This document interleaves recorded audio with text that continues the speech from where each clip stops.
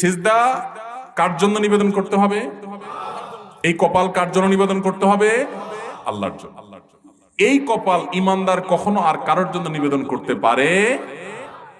কেন পারে না? কারণ শিরিক হবে। কারণ তাতে কি হবে? শিরকের অপরাধ সবচেয়ে ভয়াবহ কেন জানেন? এই যে মাজারে আমরা সেজদা করি, অনেকে মাজারে অনেকে দোয়া করে, মাজারে অনেকে মানত করে, মাজারওয়ালাকে আল্লাহর আসন দেয়। এটা সবচেয়ে বড় অপরাধ। আল্লাহ সবচেয়ে রাগান্বিত কেন জানেন? আমি একটা উপমা সবসময় দেই। আজকে আমাদের এই প্রোগ্রামে যদি দেশের মহামান্য প্রেসিডেন্টকে যদি দাওয়াত দেওয়া হয়, উনি যদি আজকে গেস্ট থাকেন, অথবা প্রধানমন্ত্রীকে দাওয়াত দেওয়া হয়, ওনার জন্য একটা চেয়ার রাখা হয়, একটা ফুলের তোড়া রাখা হয়, একটা ফুলের মালা রাখা হয়, বর্তমান কিছু আইটেম রাখা হয়। পাশাপাশি যদি এই এলাকার একজন চৌকিদার ওনাকে যদি স্টেজে আনা হয় এবং একই রকমের চেয়ার রাখা হয়, একই মাপের চেয়ার, একই রকমের ফুলের মালা, একই